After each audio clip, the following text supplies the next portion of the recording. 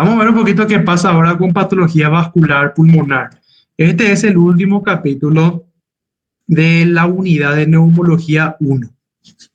¿Está? Aquí terminamos con neumo 1. Dentro de lo que es patología vascular, fíjense, vamos a ver tromboembolismo pulmonar. En realidad veremos como repercusión de una patología trombótica venosa. Hay varias formas de embolismo pulmonar, vamos a ir viendo eso. El embolismo pulmonar puede ser de origen grasosa, de origen gaseosa, puede ser de origen tumoral, ¿está? Puede ser de origen meconial, pero la más frecuente es la de origen trombótico. Sí, hay varias formas de embolia pulmonar. Nosotros vamos a estudiar la de origen trombótico, ¿está? Y vamos a describir fundamentalmente su fisiopatología. Hasta ahí. No vamos a hablar de signos, síntomas, diagnóstico, ni nada de lo que se venga por delante, ¿está? Luego vamos a ver la hipertensión pulmonar. De la misma manera en que hay hipertensión arterial sistémica, también hay hipertensión arterial pulmonar. Totalmente diferente.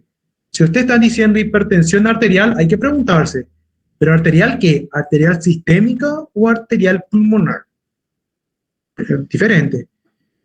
La hipertensión arterial sistémica es la clásica hipertensión, que todo el mundo dice, ¿soy hipertenso, sí o no? Entonces, asume que estamos hablando de la hipertensión arterial sistémica, pero también tenemos la hipertensión pulmonar. Y de la misma manera que la hipertensión arterial sistémica puede terminar produciendo patología a nivel del corazón izquierdo, producir cardiopatía hipertrófica izquierda, producir hipertrofia ventricular izquierda, insuficiencia cardíaca izquierda, porque el corazón izquierdo tiene que hacer más fuerza para vencer esa carga aumentada de la presión arterial sistémica. De la misma manera podemos tener patología de repercusión cardíaca a nivel del corazón derecho a consecuencia de una hipertensión arterial pulmonar. Puedo tener hipertrofia ventricular derecha a consecuencia, evidentemente, una insuficiencia cardíaca derecha. Todo a consecuencia de que mi corazón derecho tiene que hacer más fuerza para vencer esta presión contenida aquí dentro de la arteria pulmonar derecha, que ahora está mucho más aumentada. Claro que la causa más frecuente luego de insuficiencia cardíaca izquierda será una insuficiencia cardíaca derecha. Al final el sujeto va a terminar con una insuficiencia cardíaca global, si es que no se trata de forma oportuna.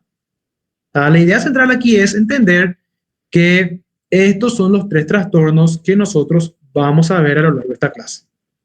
¿Está?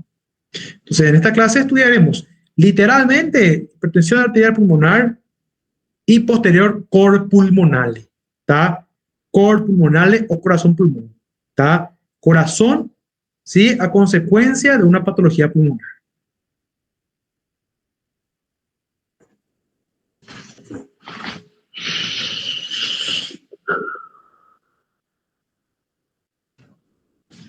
¿Se entendió hasta aquí?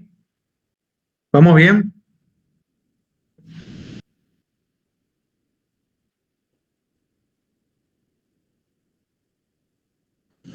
Tachillo.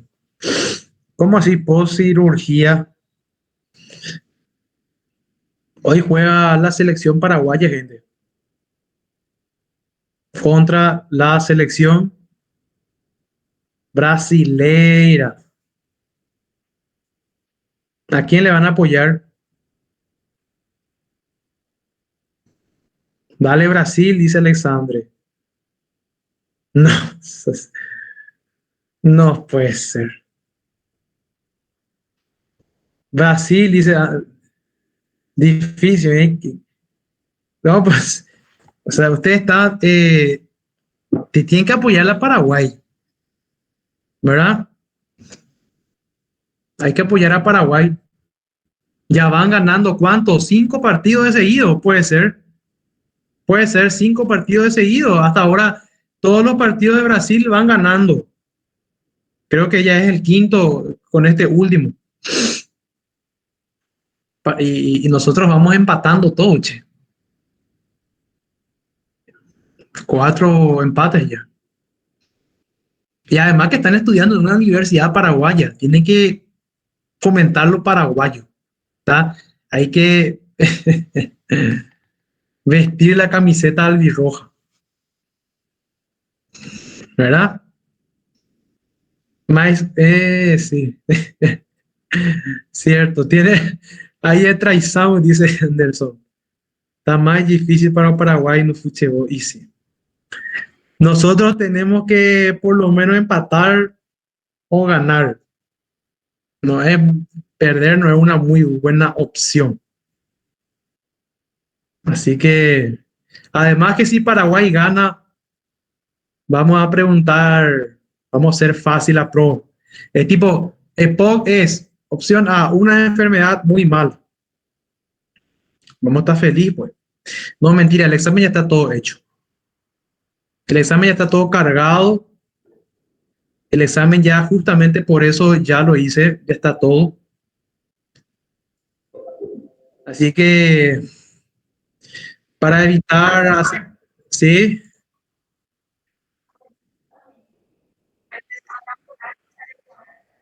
hasta lo que veamos hoy,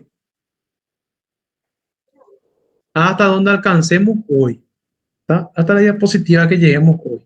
Ahora damos por la diapositiva 10 de tromboembolismo. No, no. Siempre, ustedes saben, gente, que parcial siempre es hasta donde veamos una semana antes del parcial. Hasta donde veamos hoy hacer. ¿Sí?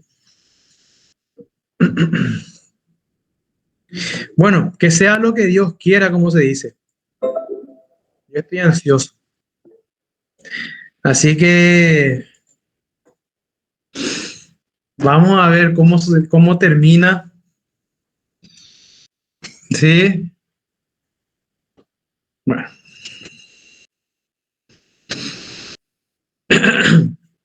Sin comentario. Fíjense, obstrucción de la circulación arterial pulmonar. Esto es lo que vamos a ver ahora. Embolia pulmonar. Obstrucción de la circulación arterial pulmonar, ya sea a consecuencia de un origen trombótico, grasoso, meconial, gaseoso, tumoral.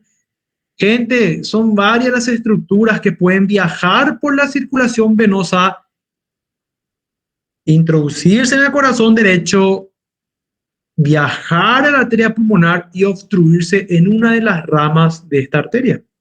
¿Tá? Va a terminar en el mismo evento fisiopatológico. Nosotros vamos a estudiar lo que es más frecuente, la embolia de origen trombótico. ¿Qué quiere decir eso?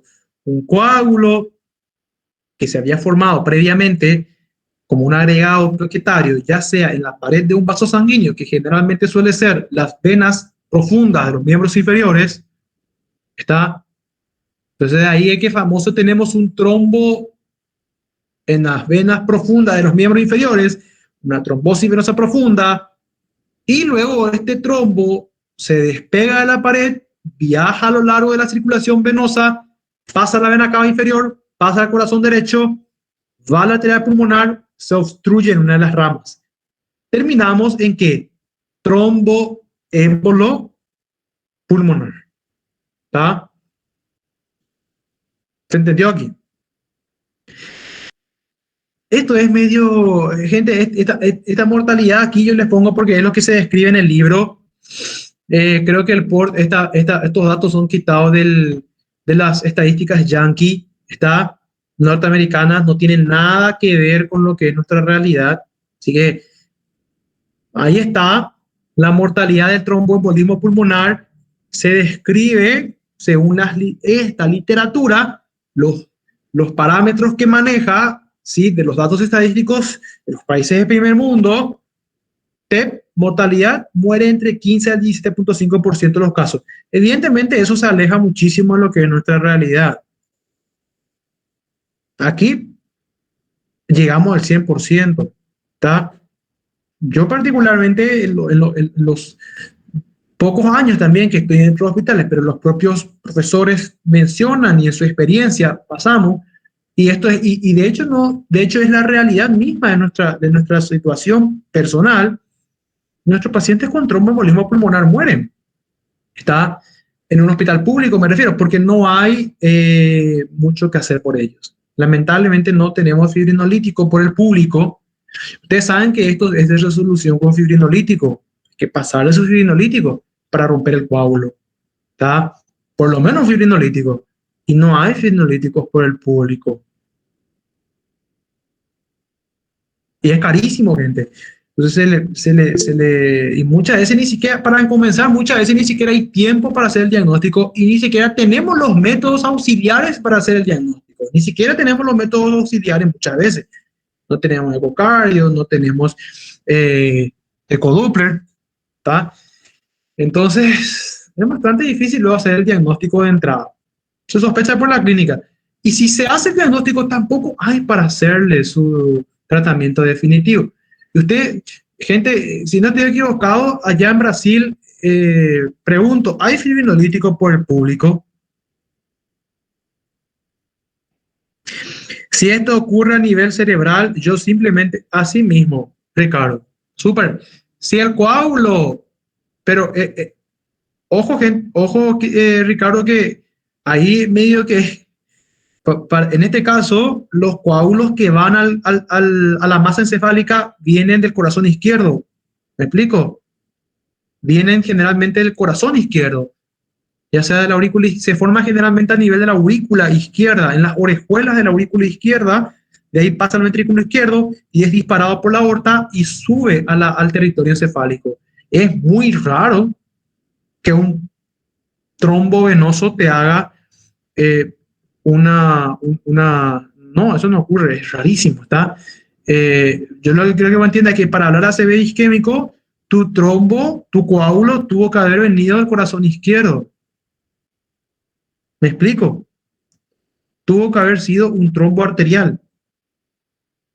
Entonces, los trombos venosos generalmente terminan en repercusión pulmonar, pero los trombos arteriales hacen mucha repercusión cerebrovascular. No sé si me explico. No sé si me entendiste, ¿verdad? Entonces, a no ser que evidentemente un vaso ya venoso en el parénquima cerebral se haya obstruido. En ese caso, también lo más frecuente es la ACV isquémico, a su vez puede ser aterotrombótico y cardioembólico. La ACV isquémico, ¿sí? Aterotrombótico, o sea, el trombo ya se formó en los vasos del parénquima cerebral, o es cardioembólico si el trombo, el coágulo vino del corazón. Hay dos. La más frecuente es la cardioembólica, 2/3 de los casos. ¿Tá? Entonces, ocurre también que el trombo puede formarse directamente en el parénquima cerebral, pero es raro, 30% de los casos. ¿Tá? Entonces, gente, como les estaba comentando, tenemos que manejar un poquito nuestra realidad, ¿verdad? Yo no sé si ahí en el público en Brasil tienen fibrinolíticos que saben al respecto. Si un paciente llega en un hospital público de Brasil, público, con un tromboembolismo pulmonar o un infarto agudo de miocardio, se hace el diagnóstico, pregunto, ¿hay para hacerle fibrinolítico en un hospital público en Brasil? ¿Alguien sabe? ¿Mm? RTPA, alteplasa, ¿sí?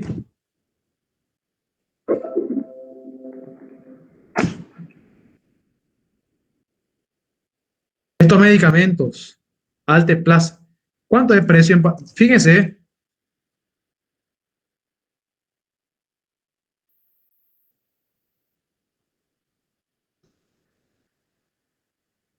gente, son medicamentos costosos, lamentablemente. Eh, no es de adquisición muy fácil. Nuestro pueblo que acude a hospitales públicos, evidentemente no lo puede adquirir. Aquí generalmente se vende por aproximadamente 5 millones, que serían como 5.000 reales aproximadamente. No dice el precio. Me imagino que ahí en Brasil no sé si será un poco más económico. Está. Y piensa, gente, no, nadie, o sea, vos haces el diagnóstico y nadie tiene consigo 5.000 reales así para dar, para comprar su fibrinolytico. Entonces, lamentablemente, y aquí el tiempo vale oro. Cada minuto que pasa sin dar su fibrinolytico, muere más tejido y finalmente se produce con el óbito del paciente. Entonces, nuestra realidad es bastante diferente. Sí, yo particularmente, por mi poca experiencia, les comento que todos los casos de tromboembolismo pulmonar que ya he visto en el hospital murieron. Ninguno sobrevivió. No fueron muchos. Habrá sido entre 10 a 3, así. 10 de lo que se confirmó, ya sea generalmente post-mortem, porque el diagnóstico es fundamentalmente post-mortem, aquí en nuestra zona, porque como le dije, es difícil hacer el diagnóstico antes, pero mueren. Son los pacientes que llegan mal, saturando, angustia, sensación de angustia, saturación menor al 50%, se están ahogando, mala mecánica ventilatoria, cianóticos, ¿sí? Y paran, de repente paran. Se hace luego la autopsia post-mortem y bueno, y tromboembolismo pulmonar. Ni siquiera se pudo hacer el diagnóstico. Y si se hacía el diagnóstico, y bueno, no tenemos para ayudarle, lamentablemente, a no ser que esté en Asunción. Ahí es otra cosa. A no ser que esté en Asunción, en el IPS del Hospital Central de Asunción. Ahí, bueno, y tiene que ser asegurado por IPS. Ahí es otra cosa. Pero en nuestra realidad, yo creo que no hay no hay estudios de mortalidad por TEP aquí en Paraguay, pero habría que ver un poquito si existiera o no.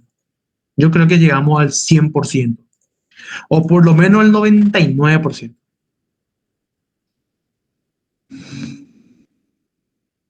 Mi abuela se sometió a una cirugía en el fémur y murió una semana después de embolia pulmonar. Fíjese lo que dice Rebeca. Cirugía de fémur. ¿Qué tipo de embolia te parece que hizo Rebeca? Embolia grasa. Podría ser, ¿verdad? Embolia grasa, evidentemente. Embolia grasa. Murió, ¿verdad? Murió por una embolia grasa. O sea, es raro ver gente que sobreviven por estas trastornos.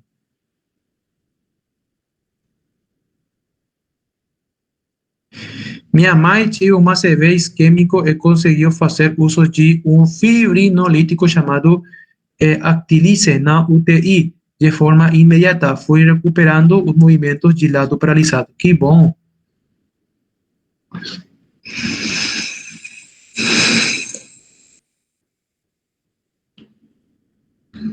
Algún día, algún día. Por eso es sin comentarios. Vamos a pasar. Eh, se produce cuando una sustancia transportada por la sangre se aloja en una rama de la arteria pulmonar y obstruye su flujo, ¿está? Que estamos comentando.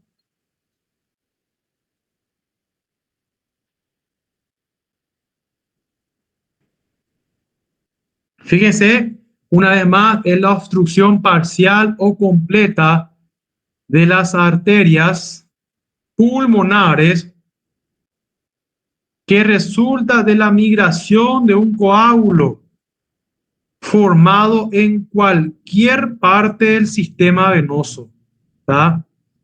El cual emboliza a través del corazón derecho hasta alojarse en la circulación arterial pulmonar. ¿Tá?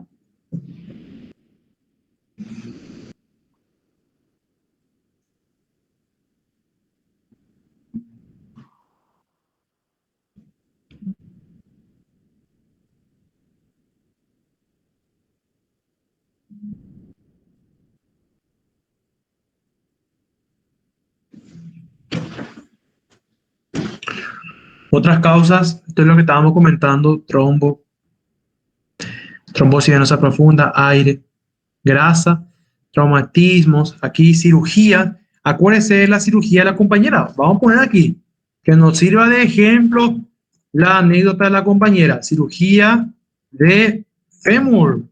¿Por qué no? Vamos a poner, se escribe en las literaturas. Yo les pongo solamente, les cito, gente. Esto en las literaturas habla de cada una de ellas. ¿Sí? Cirugía de fémur, cirugía de cadera, cirugía de huesos largos en general. ¿Sí? Líquido amniótico. ¿Tá? Ruptura de membrana placentaria. ¿Sí? Aquí hablamos de embolia amniótica. ¿Sí? Una causa de mortalidad materna. Tumores. Tumores renales principalmente. Tumores renales que terminan haciendo embolia pulmonar. ¿Sí? Entonces, acuérdense, gente, de este dato. Tumores riñón, generalmente es uno de los pocos tumores que hacen embolia pulmonar. Tumores células claras. Tumores células claras del riñón. Ya lo van a ver más adelante en anatomía patológica. Bueno, vamos a citar vagamente los 5 aspectos en la fisiopatología de la embolia pulmonar. ¿Les parece? Y dejamos hasta aquí. Hasta aquí todo bien.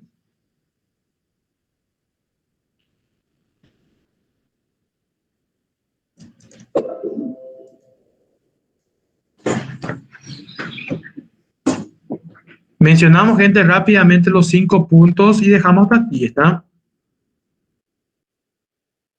Fíjense, aumento de la resistencia vascular pulmonar. Vamos a dar lectura a los 5 puntos y vamos a ver que mucho ya nos va a sonar con lo que estudiamos anteriormente. Aumento de la resistencia vascular pulmonar. Alteraciones del intercambio gaseoso. Hiperventilación alveolar. ¿Está? Aumento de la resistencia de las vías respiratorias. Y distensibilidad pulmonar reducida. ¿Está? Ahora, fíjense, en la fisiopatología de la enfermedad que tenemos, evidentemente la obstrucción vascular, la obstrucción de ese vaso sanguíneo va a impedir justamente el correcto flujo, ¿sí?, hemático y a consecuencia el aumento de la resistencia vascular. Va a producir una hipertensión pulmonar secundaria. Ya vamos a ver nosotros más adelante que la hipertensión pulmonar puede ser primaria, puede ser secundaria. En este caso es secundario. ¿Por qué? Porque es a consecuencia de una enfermedad de base, en este caso una obstrucción de un punto de la circulatura arterial pulmonar. Entonces obstruye la sangre, no puede circular, aumenta la presión en el punto proximal. ¿Está? O sea, aumenta. Cuando yo hablo de aumento de resistencia vascular, me refiero a hipertensión. Va a producir una hipertensión secundaria. ¿Sí? Produce una hipertensión arterial pulmonar secundaria. Evidentemente, a consecuencia de esa hipertensión arterial pulmonar secundaria, va a haber repercusión a nivel del corazón derecho. Corazón derecho va a sufre el corazón derecho. Inclusive ahí vamos a ver una arritmia, un trastorno electrocardiográfico a consecuencia, o sea, un trastorno en la conductibilidad cardíaca a consecuencia de la obstrucción arterial y el aumento de la resistencia vascular pulmonar. Ese va a ser el patrón, ese 1Q3T3 que ustedes lo van a mencionar más adelante en patología médica. ¿Sí? Entonces, Si yo tengo muchas veces, gente, muchas veces, como no tenemos métodos imagenológicos eh, y los métodos laboratoriales son muy lentos, porque yo le puedo pedir al paciente dímero D, pero para tener el retorno del dímero D va a pasar un tiempo, yo necesito el resultado ya, ahora.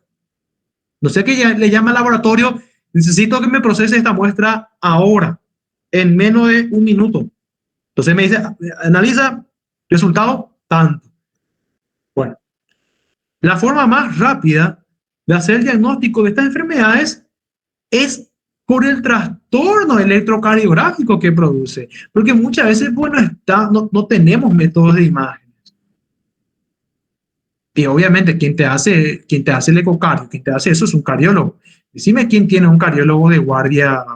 Hay en algunos hospitales, pero en los hospitales públicos no hay. Entonces la forma más fácil es rápido, paciente ingresa, electrocardiograma, gente, PAS S1, Q3, T3, este. Está hecho el diagnóstico. ¿Está? O sea, uno hace su electrocardiograma de 12 derivaciones, el convencional. Vemos en el electrocardiograma un patrón bastante característico de una S profunda.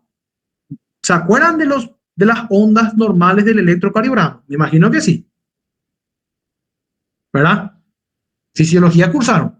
Entonces ustedes ven en D1 una S profunda, en D3 una Q bastante alta, ¿sí? ¿Sí? Disculpen, una Q bastante profunda y una S bastante alta, ¿sí? Una S bastante alta. Sigan conmigo la lectura, dibujen su electrocardiograma en la cabeza, una onda P, después Q, ¿está? R, ¿sí? S. Yo veo una S profunda en D1, una Q profunda, ¿sí? En D3 y una T alta en D3 también. Está hecho el diagnóstico, ¿sí? Vos no tenés métodos de imágenes, ni siquiera tuviste resultados de tu dímero D porque el laboratorio se demoró, pero tenés puesto el electrocardiógrafo ahí a 1 metro. Entonces se dan cuenta que muchas veces la forma más fácil de hacer el diagnóstico de estos trastornos es por la repercusión fisiopatológica a nivel cardíaco que produce a consecuencia del aumento de la resistencia vascular pulmonar. Entonces, si ustedes quieren razonar un poquito lo que vamos a ver en patología médica ya en el 4º año de la facultad, el año que viene, vamos a entender un poquito este primer punto de la fisiopatología de la enfermedad. Después tenemos la alteración del intercambio gaseoso. Bueno, fuerza, gente, ya estamos terminando. ¿Sí? Parece que acá ya estamos, hasta yo estoy con Yukua, con dificultad respiratoria. Fíjense, alteración del intercambio gaseoso, va a haber un aumento del espacio muerto alveolar. Ustedes saben que van a haber unidades ventiladas, pero no perfundidas. Hay una obstrucción. Hay una obstrucción. Entonces, no va a ser perfundido las unidades bronquiolares que dependan del territorio vascular distal al punto de obstrucción. Entonces, va a haber una alteración del intercambio gaseoso. Enseguida vamos a tener una hipoxemia grave. Cianótico va a estar el sujeto, azul. ¿Está? De manera compensatoria, el sujeto va a estar, ¿sí? Esa sensación de angustia, esa sensación de muerte inminente. ¿Está? Hiperventilación alveolar. Peor a su vez. Peor la hiperventilación alveolar. Va a entrar en una alcalosis respiratoria, después ya te va a hacer una acidosis metabólica compensatoria, va a agravar más el trastorno. ¿Está? Entonces yo tengo que entender que en la fisiopatología de la enfermedad, el sujeto hay una hiperventilación alveolar compensatoria por la activación de los receptores de irritación. Activación refleja. De la misma manera en que hay hipertensión pulmonar, hay también o sea, hay un aumento de la resistencia en la vía respiratoria. ¿Sí? Hay una contracción refleja de los bronquios distales. ¿Sí? Y finalmente la distensibilidad pulmonar reducida.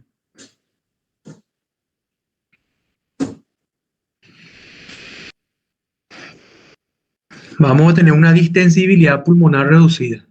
¿Está? Ya a consecuencia, recuerden gente, hay un aumento de la resistencia vascular, hay una hipertensión pulmonar, hay repercusiones a nivel cardiovascular, ¿sí? ¿Está? Entonces eso va a terminar produciendo que la presión hidrostática a nivel capilar pulmonar aumente, va a pasar la presión hidrostática, edema pulmonar. ¿Se acuerdan de la fisiopatología aquí del edema? Habíamos comentado ya en el capítulo de hemodinamia, la fisiopatología del edema, un aumento de la presión hidrostática predispone al extravasado de líquido, edema pulmonar, hemorragia pulmonar también. ¿Sí? Inclusive la pérdida de la sustancia surfactante. ¿Sí? Evidentemente esto es difícil, esto es más, claro que un edema pulmonar vas a diagnosticarlo bien rapidito con la clínica también, a ocultar, por eso gente la clínica siempre es soberana, muchas veces uno pues se adapta muchas veces en un hospital pobre, ¿sí? Entonces digo así porque es nuestra realidad, entonces uno tiene que ver alternativas. Muchas veces en tu hospital no hay radiografía, ¿está? Para hacer diagnóstico de edema pulmonar, no hay. Entonces, a ocultar, crepita, vértice, base, ambos campos, todos lados. En el contexto de un paciente que tiene una S, recuerden gente, recuerden patrón S1Q3T3, ¿está? Recuerden el patrón S1Q3T3, ¿sí? ¿Está? Q profunda en D3, ¿está? S profunda en D1 y T alta D3. Si eso ven, está hecho el diagnóstico.